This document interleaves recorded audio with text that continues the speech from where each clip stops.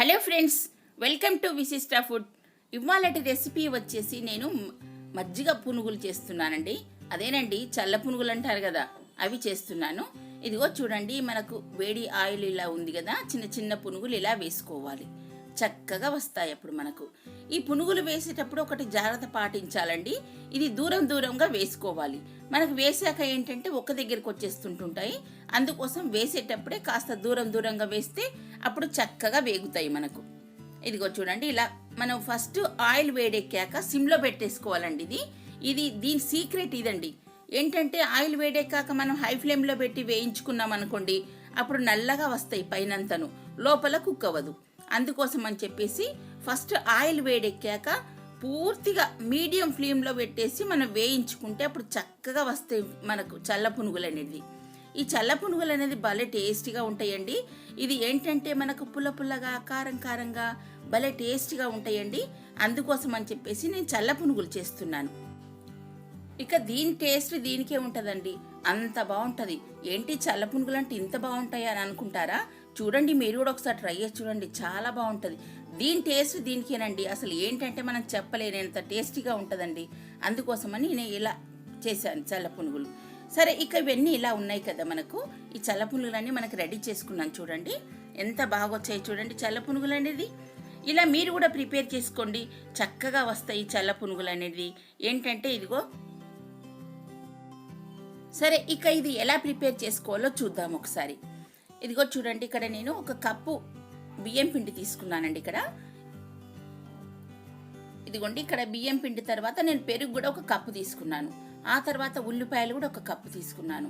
కొద్దిగా పచ్చిమిరపకాయలు, నానబెట్టుకున్న శనగపప్పు. ఇదిగోండి, ఈ ఒక బౌల్ తీసుకున్నాను ఇక్కడ నేను. ఇదిగోండి, ఈ బౌల్లో నేను పిండి వేసేస్తున్నాను. ఇది ప్రిపేర్ చేసుకునే విధానం ఎలా ఉంటుందంటే, రాత్రి నానబెట్టి పెట్టుకోవాలండి. పెరుగును ఈ పిండి రాత్రి నానబెట్టుకొని మనం ఉదయాన్నే ప్రిపేర్ చేసుకోవాలి. ఇదిగోండి, నేను రాత్రి నానబెట్టి పెట్టాను. ఇది ఇలా చేస్తేనే మనకు చల్ల పునుగులు అనేది చక్కటి ఫ్లేవర్తో వస్తాయండి.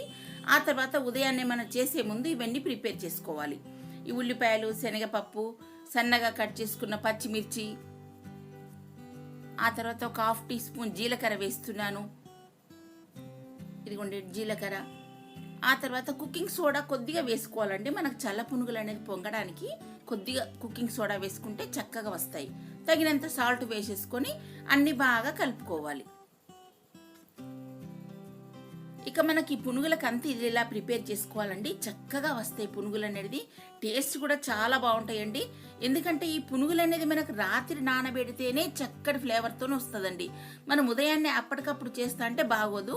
అందుకోసం అలా కనీసం ఒక 4-5 గంటల ముందేనే నానబెట్టుకోవాలి. ఆ తర్వాత పైన మన కరివేపాకు వేసుకుని ఇదంతా కలుపుకుంటున్నాను. ఇప్పుడు మనం పునుగులు వేసుకుందాం.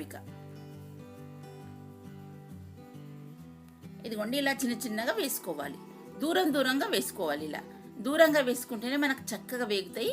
ఆయిల్ ఫస్ట్ నేను బాగా వేడెక్కిందండి. ఇప్పుడు నేను పూర్తిగా లో ఫ్లేమ్లో పెట్టుకొని వేయించుకుంటున్నాను.